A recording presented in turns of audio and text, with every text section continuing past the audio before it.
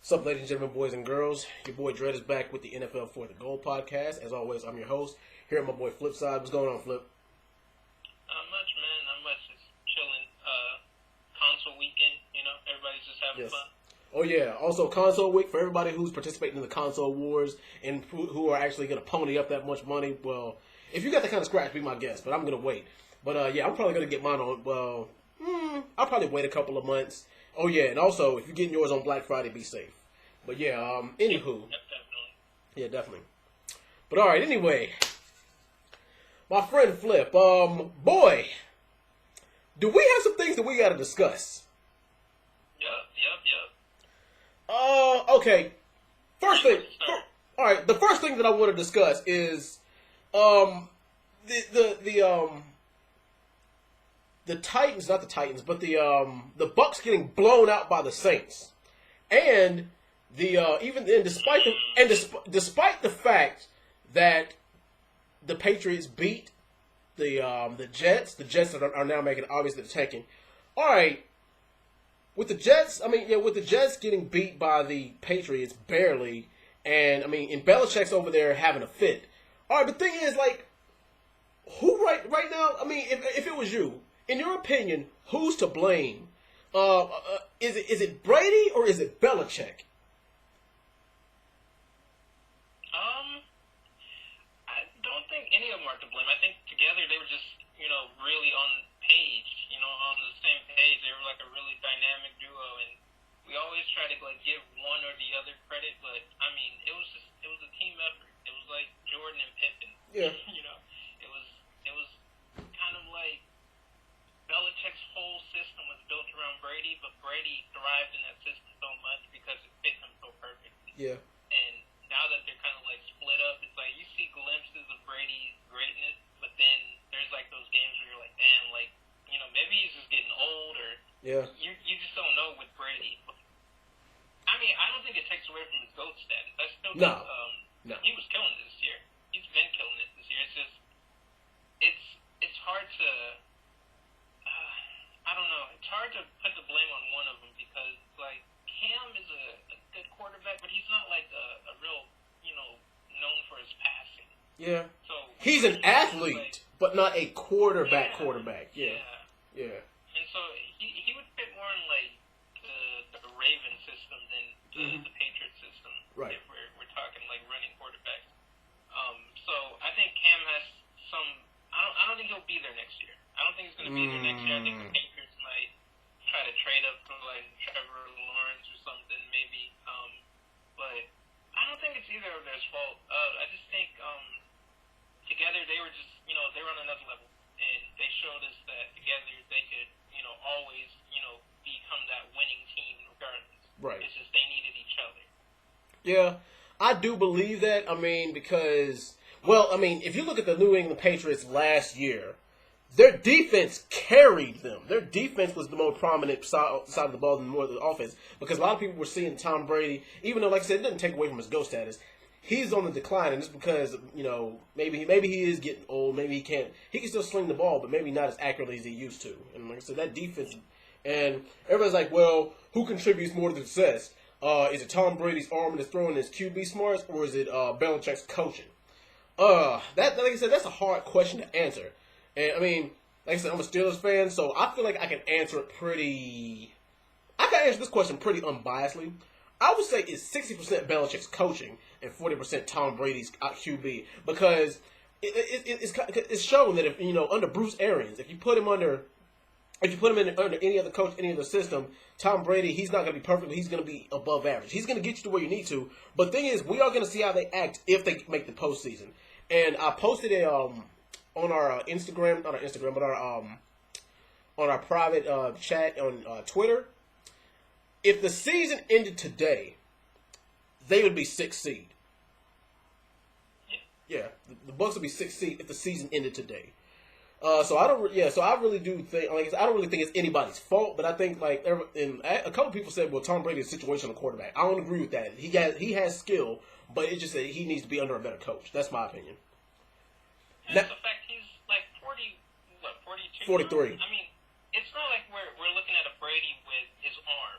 Belichick will always be able to coach at all levels because you're coaching from the sidelines. Unless he starts going like senile or something, then yeah. But Right. Brady, he's missing his arm. It's not like he can, get the ball, 40, 50 yards down the field to like a Mike Evans on a one-on-one or something. Mm-hmm. So he's on the decline. So when people kind of like, fault him for this season, I'm thinking to myself, he's doing pretty damn well for a quarterback that's 42. Exactly. So it's like I kind of have to say it's both of them that were the meaning for their success in New England because it's too late for us to have this is it Belichick or Brady debate because Belichick or not Brady or Belichick but Brady is out of his prime. Yeah. If Brady left in his prime like maybe like 2 years after they won like number 5 or something, then yeah, I think we could still have this debate, but I think it's a little too late now. Like, we just have to look back and say, damn, well, if Brady's doing this at this level now, and he's still probably a top 10 quarterback in this league, he could probably take this Bucs team at, like, 35 to the Super Bowl, no problem. Right. In my opinion. Right. Now, next thing I want to talk about before we get into our predictions, we're going to talk about 2 more things. And we're going to get into one of them when we talk about our game of the week, team of the week, and our choke of the week. But anyway, like I said, we can get into that. All right, now, the Steelers improved to 8-0, and that game went exactly the way I thought it was. But are the Steelers, in your opinion, frauds? Because here's the thing: it's because you don't become 8-0 by mistake, especially halfway through the season. This is the first time in franchise history that the Steelers are 8-0. But everybody's like, well, the Steelers could either be 7-1, maybe even 6-2, and I'm like, even me, even as a Steelers fan, I'll buy that for $1. I mean, I'll even say that they could easily be 7-1 or 6-2, because, like I said, the Steelers have this terrible habit of playing down to the competition. But I mean, like I said, I'm not going to say that I don't think they're frauds, but I will say this: that they have gotten some bailouts from penalties and from the defense. But thing is, that's the defense's job. That's what they're there to do. And Minka Fitzpatrick to the rescue. He made the game-saving play again. So I won't say that that's them being bailed out as much as it is a clutch play from the defense. But just with just basically based off of how the Steelers played last year, they were 8-8 last year on their 3rd-string quarterback. And so the thing is, I wouldn't say that they're frauds. I'm not going to say that they are a hollow 8-8 team. I'm going to say that they're a legit 8-8 team. But what do you think? I mean 8-0 team. But what do you think? I think you were right about them playing down to their opponents because it seemed like it seemed like they just weren't there this week. Maybe it was because Ben was like, did Ben get hurt this game or was it the game previous? It was this game. Yeah, it was this game. Okay. It was in the 2nd quarter too. Yeah. Knees. Yeah, so it was like that was a huge factor to the offense because if Ben's knee is hurt, he can't really like plant down on it and throw. Connor was for some reason Connor was on the sideline. The running game was non-existent for like the first half. Yeah. The whole team, like the whole offensive scheme was kind of weird to me. The defense stepped up and kept y'all in it. Definitely. It was just kind of a weird paced game, and I feel like if you guys just stuck to what you guys do best, which is basically just run the football and then have Ben on 3rd down, just like complete that quick pass over to a Juju or get the deep balls to Claypool. It would have been an easy game for you guys, but for some reason it felt like the game plan was just like changed. Like maybe Mike Tomlin was like, "Yo, let's try something different this game since it's kind of like an easy throwaway game for us." Maybe I don't know, but it just felt like the game plan was way different from what you guys usually do, and I think that's kind of the reason why it was such a close game against the Cowboys. Right. And like I said, I'm not taking anything from the Cowboys because, like I said, the Cowboys really weren't even supposed to be in it, but they gave a hell of an effort. I mean, especially in that first quarter. Like, the first quarter, they actually recorded the shutout. We didn't score until the 2nd quarter. So, yeah, I mean, I will give them that. I mean, they fought, but then again, but the Steelers, they're not first in sacks and tied for first in interceptions for nothing. We have a top 3 defense for a reason. So, no, in that sense, I do not think they were frauds. Yeah, I think overall the Steelers are deservingly 8-0. Right. I don't think you have to be some like super dominant, 16-0 Patriots team Yeah, you're gonna every time. yeah, you're gonna be sloppy a couple of times. Cause Yeah, shoot, even that 16-0 Patriots team, Patriots team had a couple sloppy wins. Yeah, yeah. It's the NFL. Like, we always joke that some teams are trash and this and that, but they're professional teams still. Exactly. Who are playing against other professional teams. So yeah. Yeah. All right, now what I want to get into. The LA Chargers. What's going on, Flip? What's going on, man? Because I you know what? That was heartbreaking. That joke broke my heart. Because and the thing is, it happens every single time. It never. The thing is, what did I say last week? They never get blown out. They never lose convincingly. It always comes down to that last fourth quarter play. And they can't, I don't know what it is, but they can't close the door. And it's been that way for the past, 6 weeks? Yeah. 5 or 6 weeks now. Yeah. So, I mean, it's you know, but the thing is, you know what? I'm not even mad. I'm not going to say I'm not mad. Because that was a good play on the defense. But, I mean, like I said, that was good. That was really a good defensive play in the end zone. Because most people would not have broken that up. But I mean, everybody's like, "Oh man, you got to catch that." It's true, you do got to catch that. But that was just a damn good play on the ball, in my opinion. Yeah. But Sometimes it. I mean, but you know, it's just terrible that it had to happen in that fashion, especially because they're so used to it. I mean, you know, but I mean, what's the frustrating thing is that they have the potential to win these games. Hell, they could be 6-2 right now, 6-3. Yep. Maybe? They could be in playoff position right now. Yeah. Hell, I mean, but shoot, but just Flip, what do you think? Because I'm getting frustrated even just thinking about this. I'm not mad at it. For some reason, I'm not mad at it this year, and it's because at the start of the season, we lost Derwin James. And the second we lost Derwin, I was like, okay, the defense is still going to be good, but it's not going to be like that team that's supposed to win 10 games, 11 games this year. But you have the weapons. That's the frustrating thing. But that's what frustrates you. But then we lost Chris Harris Jr. And I was like, okay, we definitely don't have that 10 to 11 win defense anymore. And then Melvin Ingram starts getting banged up, and then Bosa has a concussion. I'm just like, all right, this defense is getting a little too hurt for my liking here because, I mean, Herbert's a rookie. He's a rookie. Yeah. I have to look back and think about that. He's a rookie, but he's playing great. Like, I'm not mad at it. Like, I was talking to someone the other day, and we were ranking Josh Allen, Lamar Jackson, Justin Herbert, Joe Burrow, and who else was it? It was somebody else, maybe Tua, I think. Tua Tagovailoa. Yeah. I was looking, I was like, Herbert's probably number 2 on this list in terms of quarterback. Because Lamar's not having the greatest year. Josh Allen's having a great year, so I'm putting him at number 1. But then you look at Burrow and Tua, and it's like, they're all right. And then Tua hasn't really gotten that, kickstart yet, so I can't really grade him yet. Right. So it's like, I can't be mad at him because he's doing a hell of a job for a rookie. This is like a rookie of the year season right here. Like, he might steal it from Burrow if he keeps this up. Yeah. But it's like the defense is just too hurt. They're too hurt. They're giving up leads in the fourth quarter, the third quarter. It just wasn't our year, and I think this isn't the year that we were really supposed to go to the Super Bowl anyway. Tyrod, the punctured lung thing. Yeah. It was like, yeah, but then we see Herbert is actually out here balling, so I'm looking forward to next year. So this year is kind of like, all right, do what you got to do.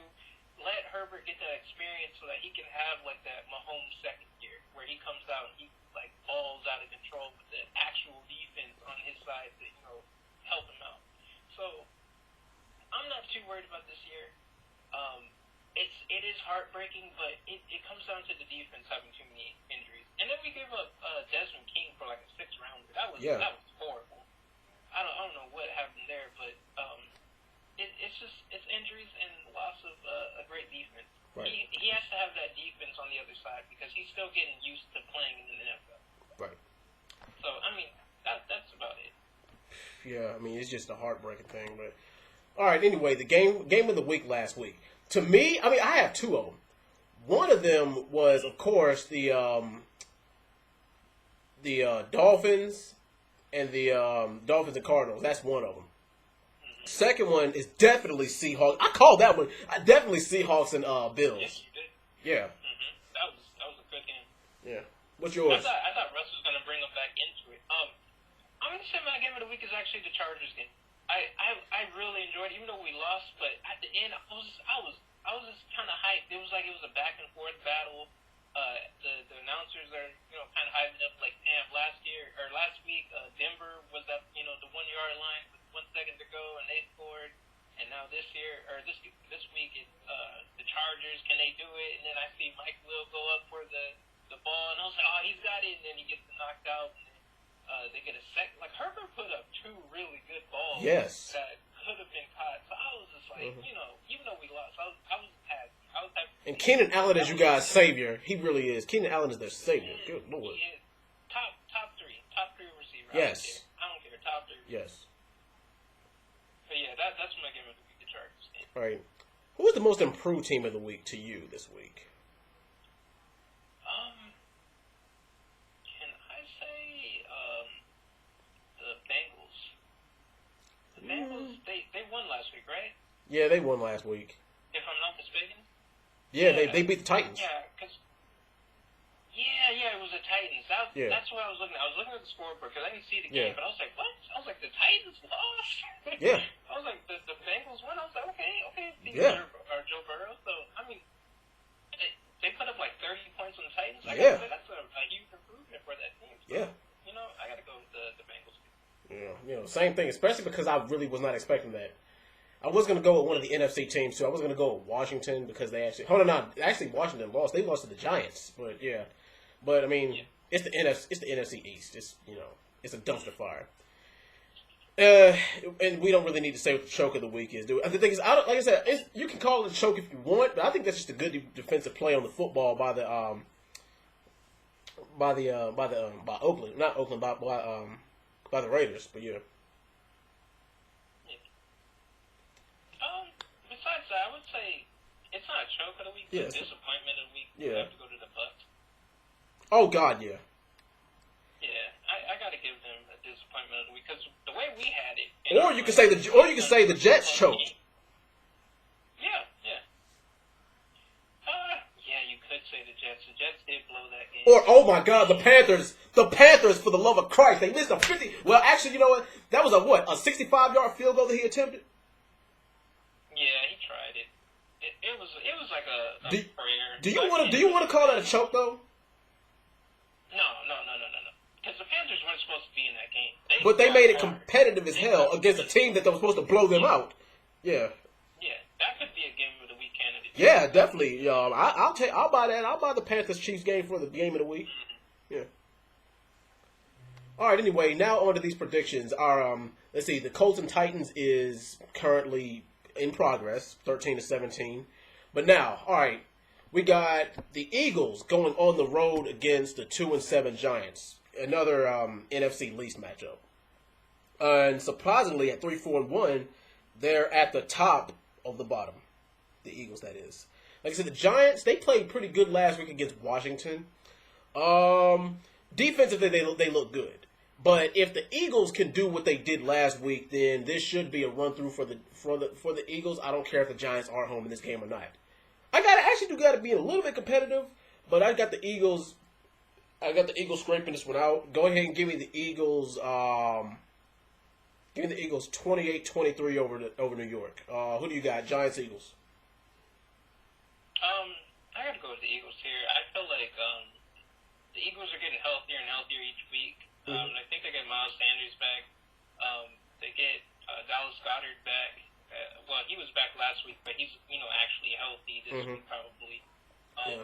They're just getting healthier and healthier each week, and I think that was kind of their setback at the start was that they just weren't healthy to start off the season.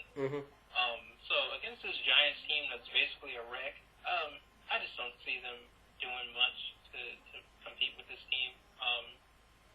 It's a divisional game, so I'm going to keep it close, but I'm going to say Eagles win 27, Giants 20.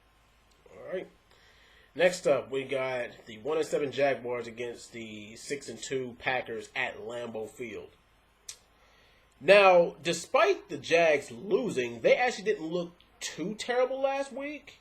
And despite the fact that they got a new starting QB, Gardner Mitchell's sitting now. So, yeah, but it's just that the Jags don't. They're right now with it being halfway through the season and being 1-7. They're in tank territory. They might try to fight and scratch out a couple of more games just for some job security for a lot of them, but I don't really see them doing anything. And they're going up against a healthy Packers team. And oh my God, I feel like that the running game, Aaron Jones, I feel like the running game is more prominent than the passing game for Aaron Rodgers this year. I mean, correct me if I'm wrong here now. I could be wrong, but this is just what I'm seeing right now. The running game is a hell of a lot more dominant than the passing game is right now. And the Jaguars just don't have that run blocking defense that they used to in the last couple of years. They just don't have it now. Not to mention they're starting a new quarterback too. So the thing is, they don't have the weapons they had. So what can they really do? And like I said, this looks like to be a playground type of Aaron Rodgers. Aaron Rodgers is salivating at that secondary. So, like I said, they could run through with it. Like the Packers could run through with this, but you never know. But the safe pick is the Packers. Go ahead and give me the Packers in this game, 31-13 over the Jags. Who you got? Packers, Jags. Yeah, I got to go with the Packers here. I agree with you. Their running game when Aaron Jones is healthy is pretty surprising. I think it's underrated. Mm-hmm. I mean, Aaron Rodgers is doing Aaron Rodgers things with just one receiver, basically. Yeah. I mean, he's got Lazard. Lazard is nice, too. I can't lie. But Devontae Adams, he might be the best receiver in the league now. So, I don't know. It just doesn't seem like it's a game for the Jags to win. They got that new quarterback starting now, so it's like, you guys are just kind of you guys are just testing the waters to see if you have something at this point. Mm-hmm. I'm going to say probably Packers 28, Jags 16, but it shouldn't be a close game. Right. All right, next up, we got Washington on the road against the Detroit Lions. Now, like I said, the Washington had a competitive game last week against the Giants. They made it really, really, really close. But like I said, it's a divisional game in a tanking division. And the Lions, the Lions haven't really given a bad, despite the record, the Lions haven't really given a bad performance. They really haven't. It's just they had the mistake of not being able to close out games either, and that's why they lose. Especially that game they had, that was a war that they had in what was it, week 2, week 3 against Arizona. So yeah. And the thing is, Matthew Stafford is a little bit wishy-washy, but let's not be mistaken. They got some weapons too. They got a decent running game, and they got, especially they got, a few receivers and a couple tight ends that can light you up too. Like I said, Washington, like I said, I don't know what it is. I don't know what's up with Washington and quarterbacks who have leg injuries. Jesus, but they got bad luck in that department. But I mean, with Alex Smith starting, like he can carry the team. I mean, he can get teams where they need to be. But I don't really think that he's going to pose that much of a threat to the Lions' defense. The Lions' defense is average, but I believe that they can cause some kind of pressure. To me, this is a Lions game to win, but I do have it being slightly competitive. Go ahead and give me the Lions this game 28-20 over Washington. Who you got, Washington or the Lions?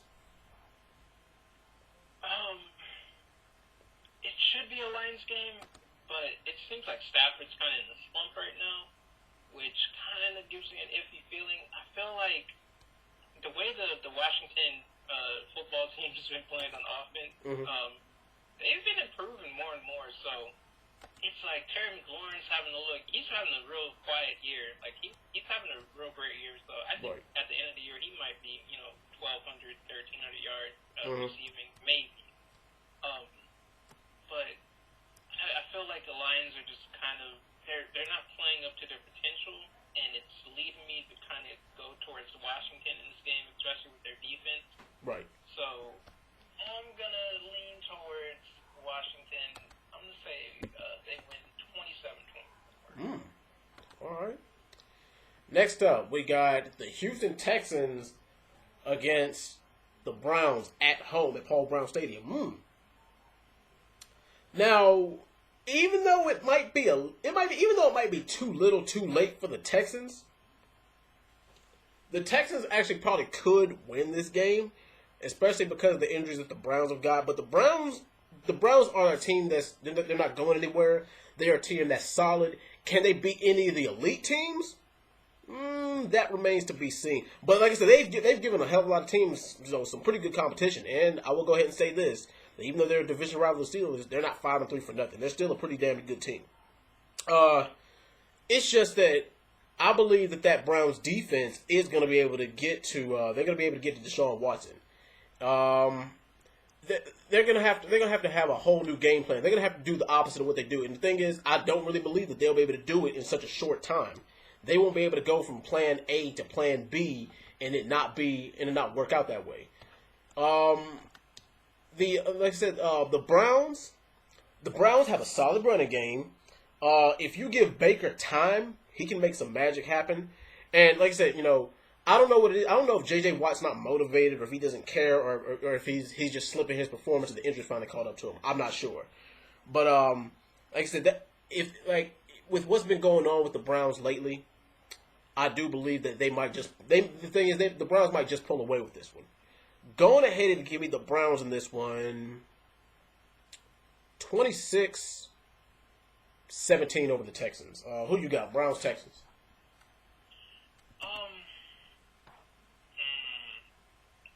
The Browns get Nick Chubb back this week. They lost Odell, but it felt like when Odell went down, all of a sudden Baker just turned into Montana out there. Oh yeah. So, I don't know, but I don't think they'll have David Johnson this week on the Texans. That O-line is still a little suspect. Mm-hmm. But against this Browns team, I feel like Deshaun might be able to do some magic. It's going to be a close game.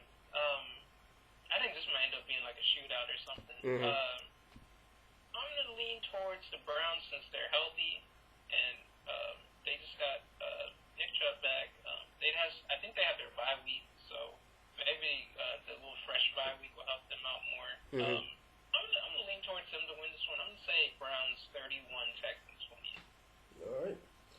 Next up, NFC South divisional matchup. We got the 6-3 Bucks going up against the 3-6 Panthers. I think they said Christian McCaffrey is questionable because he hurt his shoulder. I don't know how bad it is, but he's questionable. And the Bucks just got the ass whooping of a lifetime last week. They pretty much got shut out. And like I said, this is a home game for the Panthers. And judging how, the thing is the Bucks are favored right now by 4.5 points. If what I'm seeing is correct, that could odds always could change, especially the day of. But right now they're favored by 4.5 points. But with the way the Panthers played last week against the Chiefs, you could argue that they could actually probably win this game. I don't know if it'll be much of an upset. We'll see. We really could see about that. Antonio Brown looked okay in his debut with the Bucks. He got 2 catches for 3 catches for 32 or something. Yeah, 3 catches, 30-something yards. So yeah, he looked okay in there. But it's just that I don't know if it was because the Saints got their number or if it was just bad playing by them. I think it's the former. I think the Saints just really have the Bucks number this year. So yeah, and the thing is, they're playing a familiar opponent in the Panthers too. And Teddy B, he's making. He's making some magic happen too. He's making do with what he's got. Depending on if McCaffrey's playing or not, I might go ahead and roll with the Panthers in this game, especially because people say you're only as good as your last game. But with terrific Tom, if he gets blown out in the last one, he comes back, enraged and goes Super Saiyan 3 on these guys. But that Panthers defense is looking, pretty decent. I don't know if they can scare Tom Brady or make him run or get him uncomfortable. We'll see about that. Like I said, I'm actually going to go upset this game. Go ahead and give me the Panthers this game. Give me the Panthers 30-27 over the Bucks. Who you got? Panthers, Bucks. I got it close too. I think I don't think Tom Brady loses 2 in a row here. I think Teddy Bridgewater, he's good, but I don't think the Bucks are just gonna roll over and just get demolished like they did against the Saints again.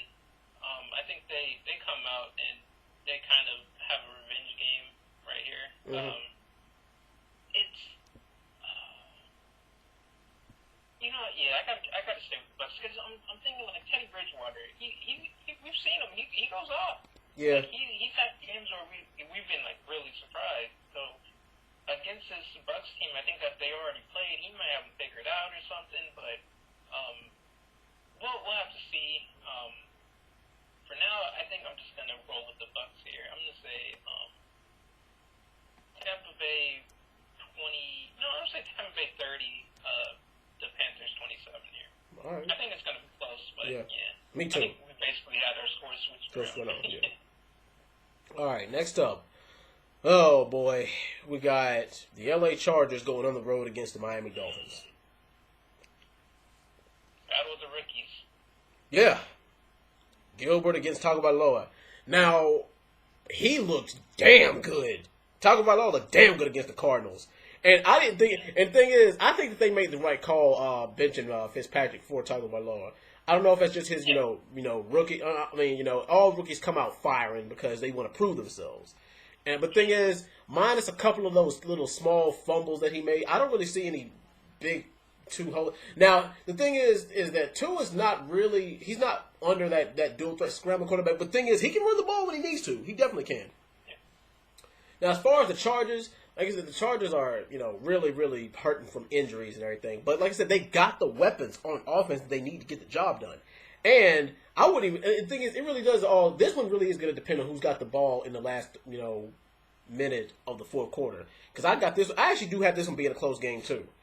But because the Dolphins are at home and because of what happened last week, going ahead and give me the Dolphins in this game. I actually got this being somewhat high scoring. But going ahead and give me the Dolphins in this game 34-31 over the Chargers. Who you got? Dolphins, Chargers.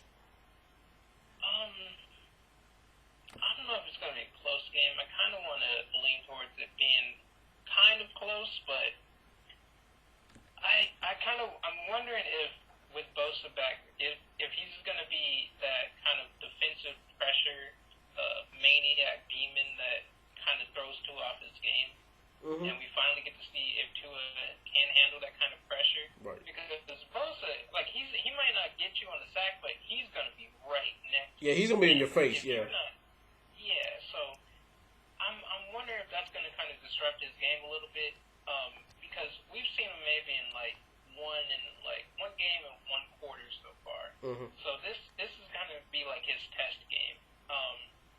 Even with the secondary kind of beat up, we still have we have a pretty damn decent secondary, and we're just gonna see. But I think Herbert is battle tested already, and Tua's he's gonna battle it out. But I think the Chargers finally beat that slump, and I think I'm gonna go with the Chargers here and say they'll win 28 to 23. I could definitely see that. Next up, AFC West divisional matchup. We got the Broncos going up against the Raiders, and the Raiders are at home in this. Now, I actually didn't expect the Raiders. I actually just expected it to be like a middle of the road, maybe even a down season for the Raiders, but the Raiders kind of are proving me wrong. And also, the Broncos, despite them having a 3-5 record, the Broncos are pretty damn solid too. Drew Lock, when he's healthy, is making things happen, and the running game is almost back to where it was. Not quite, but almost. The only thing is that Broncos secondary can get really, really lit up. And that's not what you want against Derek Carr, who now is, for some weird reason, now he wants to carve guys up. I don't know what the hell is the problem. I don't know what the hell happened to him, but yeah. And, like I said, the Raiders running game really is good too. But I believe that on paper, the Broncos defense, especially as far as their front seven, might be slightly better, but the Ravens might have a little bit of a better offense.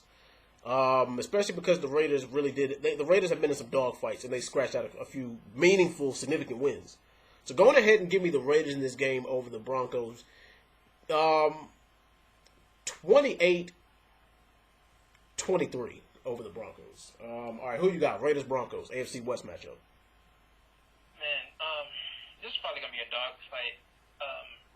Drew Lock, I don't know. He surprises me. He's not, a great quarterback, but he knows how to, put his team back where they need to be to win a game. Right. And I guess the same thing for Derek Carr now. He's not a great quarterback, but he knows how to win games when he needs to. So I'm thinking maybe like with Ruggs out there, Waller and Renfro now, maybe he's got a little squad he can be comfortable with them. But I'm leaning towards the Raiders in this game. It's just on paper, they just seem like the better team. It's a division game, so I know it's going to probably be a dogfight. I'm just leaning towards Oakland, or not Oakland, Las Vegas, yeah. I'm just leaning towards them to kind of edge it out just because I think Carr does the better quarterback in this situation. And I think he has the better weapon. Yeah. So, give me the Raiders here. I'm going to say 24-21. All right. Next up, we got another potential game of the week here. We got the 7-2 Bills going on the road against the 5-3 Arizona Cardinals. Wow. Despite the Cardinals losing last week, at an away game to the Dolphins, they're still they got a lot of offensive firepower. The only problem is, like I said, they got a secondary. Don't get me wrong. Buda Baker, Buda Baker's a ball hawk. He is. But is he going to be? The thing is, if Buda Baker's, the thing is, who is he supposed to cover? Because Allen, he has multiple receivers that he can throw to, and he's got a running game to rely on too. And not to mention Kyle Allen, he can scramble when he wants to as well. But thing is, he can't scramble as good as Kyler Murray. Kyler Murray is like Speedy Gonzalez out there. Oh, yeah, definitely. This is one of the hardest games this week to call, especially because the performance last week. But thing is, I know they say there's only winners and losers, but I guess if you want to lose the way the Cardinals did last week, I guess you go out fighting like they did.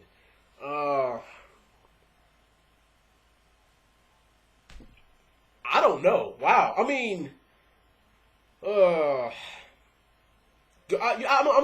know what? I'll go ahead and play it safe. Give me the Bills in this game. 31-26 over the Cardinals. Who you got? Bills, Cardinals. Yeah, I'm kind of leaning with the Bills too here. And I think it comes down to who can check Stephon Diggs. Mm-hmm. If you can keep Stephon Diggs contained, then I think you can beat the Bills because their run game isn't the greatest. Josh Allen, he can't do it all by himself. No. But it just seems like Stephon Diggs can't be guarded. So, no. I don't know, man. Like, he's nice. I don't know if you watched his routes this yes. year. He's nice. Like, he's throwing the Vikings. Like, y'all missed out. But do you put Buda Baker on him? No, you put Patrick Peterson on Stephon Diggs. Yeah. But even then, you got to have Buda Baker over the top or Buda to kind of somewhere on the field. Maybe to keep an eye on Allen. Maybe. Yeah, because Peterson is your lockdown, secondary, and you got your ball hawk. Baker's your ball hawk. Yeah. Yeah, he's still your ball hawk. Yeah. So, I just don't think that Patrick Peterson can guard Stephon Diggs. Maybe Patrick Peterson from like 3 to 4 years ago could have kept him in check, but I don't know if he can do it now. That Bills team, man, I don't know. I guess they're just they're gonna be a playoff monster. So Yes. I'm gonna lean towards them to win this game. I think Kyler does keep it interesting though, so I'm gonna say Bills 31, Cardinals 27. All right. Next up, we got. Oh wow. Well, this would have been a 5-star matchup earlier in the season, maybe even last year, but yeah. Anyway, we got the 49ers going up against the Saints. The Saints probably had the game, their best game thus far this year, blowing out the Bucs. The 49ers, like I said, they are right around where I thought they'd be. At this point in the season, I thought they'd be 5-4, but instead they're 4-5. But like I said, they could easily be switched around. But yeah, anyway, you know what's scary? The fact that the 49ers have been through so much adversity and they've had so many injuries that they can still make the playoffs. Yeah. That's the scary thing about this. So yeah, the thing is they're not to be slept on at all, especially with everything that they're going through and what they got going on. But it's just that Saints team, man, especially on the offensive side of the ball. Everybody's like, well, the Saints are one-dimensional. They don't have because of, Mike Thomas has been AWOL lately. All they've been relying on is Alvin Kamara and the tight ends. If it ain't broke, don't fix it. And of course they got the Swiss Army knife, Taysom Hill. He plays like 17 different positions. but and Taysom Hill, how do you prepare for that? If you're a team, if you're a defensive coordinator, how do you prepare for Taysom Hill? You can't, because he might line up at wide receiver one game, and next game he's playing safety. Next game, I know, like quarterback one day, like yeah. But yeah, you can't really prepare for him. And like I said, Drew Brees, he can still sling it. But I mean, and like I said, the 49ers secondary is good. It's not what it was last year, but I mean, their secondary is still, it's still decent. But I just think that the Drew Brees can't carve them up. And the thing is, I think that they got too. I think that the Saints are too versatile and got too many weapons on offense for the 49ers to really hold them down in this game. So going ahead and give me the Saints this game. Give me the Saints 30-21 over the 49ers. Who you got? Saints, Niners.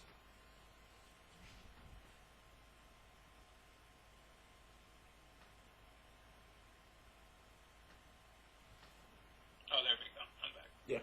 All right, Saints, Niners. Who you got? Yeah, I kind of agree with you. I think the 49ers are, for what what they have on the field still, it's really impressive that they're even able to still be in playoff position. It's just the way their team is going, it's going downhill at this point.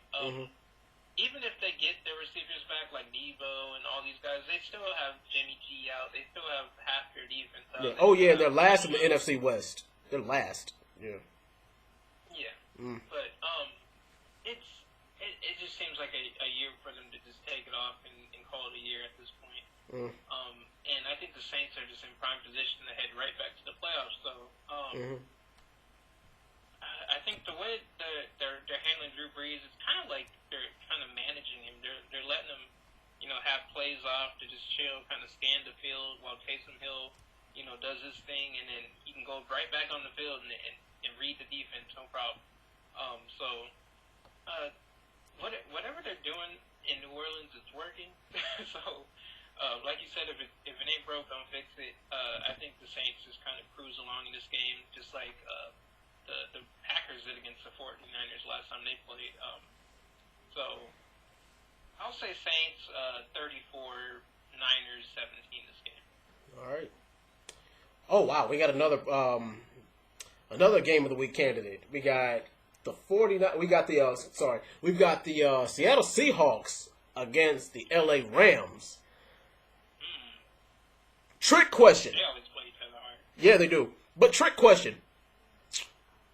Do the Seahawks drop 2 games in a row? They might.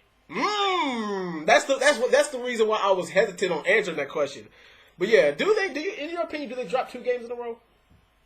It's possible. If there was a team to make the Seahawks lose 2 games in a row, it would be the Rams. Right. Because with it's divisional. Aaron Donald in the middle.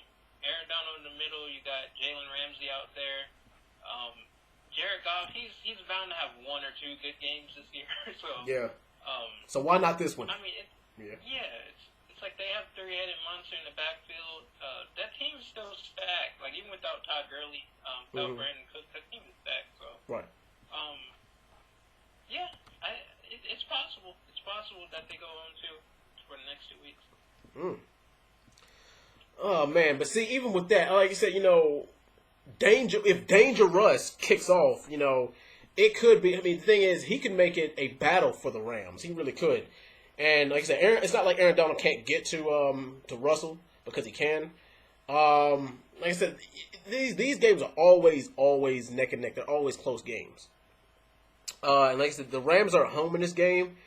But like I said, it's possible that the Seahawks could drop 2 in a row. And if any team could handle a second loss, it would be the Rams.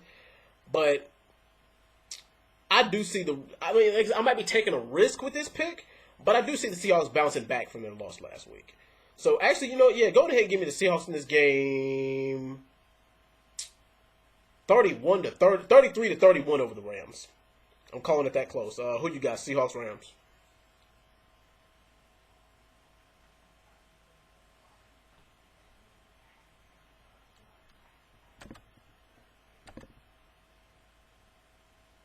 I want to go with the Rams this game just because like you kind of, it was kind of intriguing that you asked me if they can go 0-2. So now I'm thinking, like, can the Rams really pull it off? And I'm thinking, yeah, they could. Jared Goff, this defense, I mean, the Seahawks defense isn't amazing, so he could kind of carve it up. They play it twice a year, so I mean, he's familiar with it. It's not like they've had any like huge coaching changes over the years, so I mean, it's Pete Carroll's defense.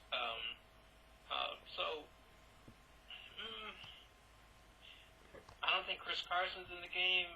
I think Jalen Ramsey can play physical defense against DK Metcalf. It just comes down to Russ kind of taking over the game. So, I'm going to say the upset here. I'm going with the upset here. I'm going to say Rams win this game. It's going to be a high-scoring game. I'm going to say Rams 35, Seahawks 30-30. Alrighty. Next up, we got the Cincinnati Bengals going on the road to face the Pittsburgh Steelers.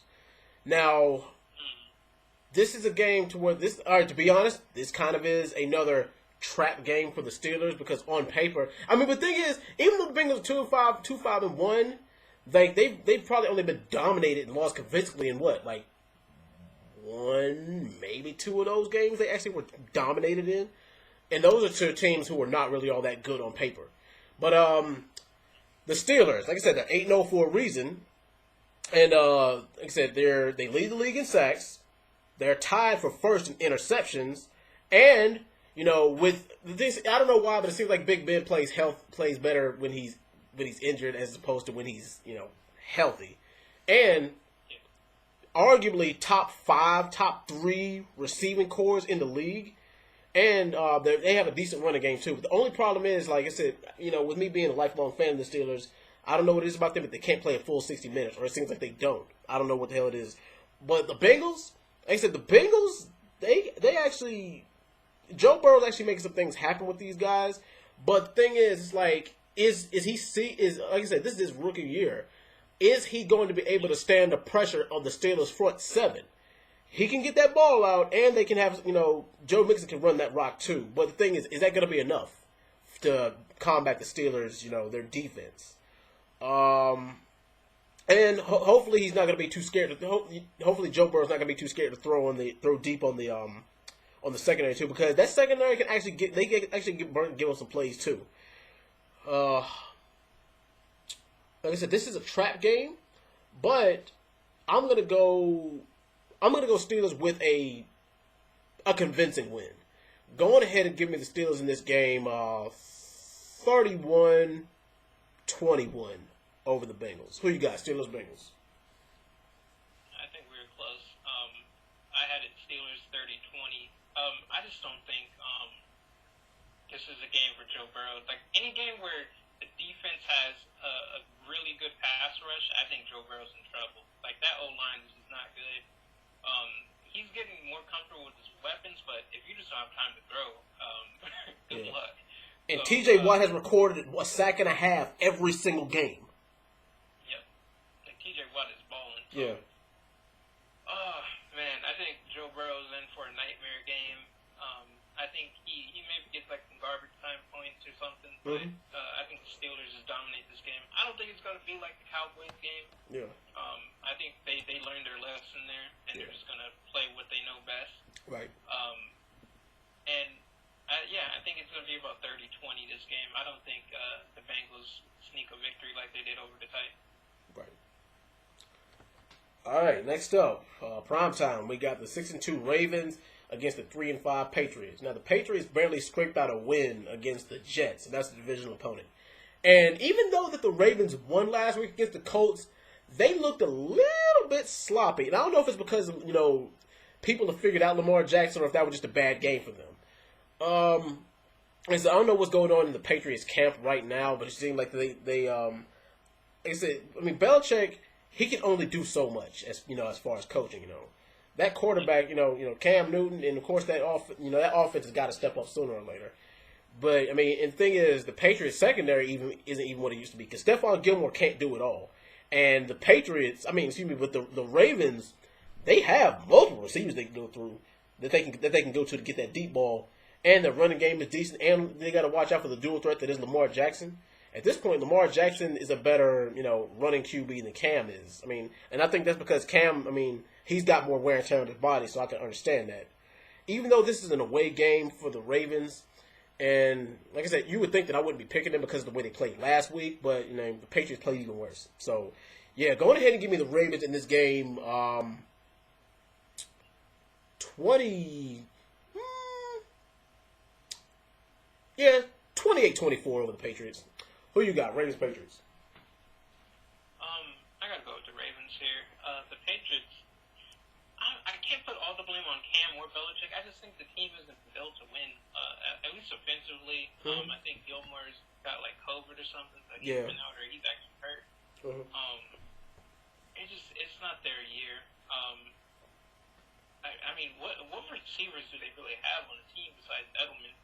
And their running game is just a hot mess right now. Mm-hmm. Cam is like their best runner, basically. Yeah. And then you go over at the Ravens, and they still got Mark Andrews. They still got Hollywood Brown improving more and more each year. Lamar's improving more and more each year. Their defense is top notch with Marcus Peters on the secondary. J.K. Dobbins and Gus Edwards are a nice little duo for them in the backfield. It's just against this Patriots team.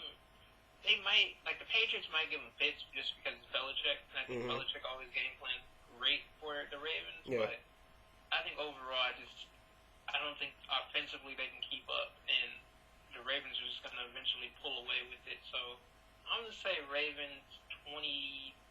I'm going to say Ravens 26. Patriots 20. All right. And then last, we got the NFC North matchup between the Minnesota Vikings going on the road, Soldier Field, with the Chicago Bears.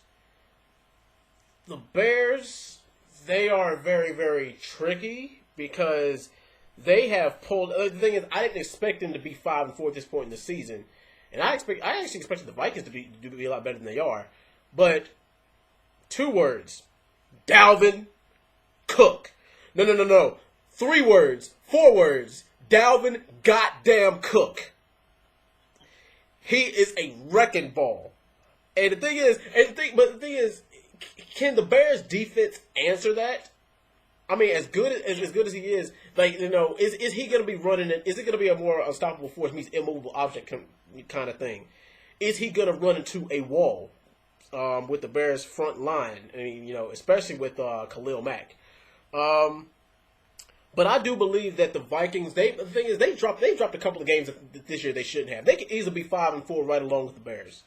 But man, it's just that if Dalvin Cook doesn't work out, especially running, do the Vikings have a plan B? Do they have receivers that they can throw to, or do they want to line up Dalvin Cook as a slot? Because he can catch too, but you don't want to be one-dimensional against the Bears defense. Now, Nick Foles. Everybody says, people give him crap about being a situational quarterback, but he can get it done. I don't care what anybody says. Now, the Bears, like I said, their defense is top-notch. They really do. And like I said, I really didn't expect them to have this record, especially this late in the season. I actually have this being a close, but somewhat of a low-scoring game. Give me the Bears 23-21 over the Vikings. Who you got? Bears, Vikings. Yeah, I think it's probably going to end up being that just because Dalvin Cook is amazing. Yes. He's having probably one of those Adrian Peterson early 2010 seasons. But it's like Kirk Cousins is your quarterback. Yeah. And that's kind of like the drawback here because they can focus on you and just hope that Kirk Cousins does what Kirk Cousins does best. And the Bears defense it's top 3. It's up there with the Steelers. Yeah, it is. It's a force. So it's like when I look at it, it's like no quarterback has really went and played Chicago and just like dominated. And I don't think any running back has went and dominated in Chicago either. So if Dalvin Cook can put up 100 yards, that's an amazing feat against this Bears defense. So I'm with you. I think it's going to be a low-scoring game. Maybe Dalvin Cook surprises us and just goes off and goes crazy again. But it just seems like it's going to be low scoring. But yeah, I might have to lean towards the Bears in this one, just because the Vikings defense isn't that great to me, at least. Yeah. I think Foles edges out against Cousins. I'm going to say Viking lose 23-17. All right. Well, that's all we got for this week, ladies and gents. As always, thank you for watching. Flip, before we sign out, you got any final thoughts? No, I just hope that the Chargers finally end this little streak of losing at the Please. last second, so Please. I can be happy. Yeah, and for the love of Christ, Steelers. I don't know if the Steelers like doing this to me, but like I said, us playing down our competition.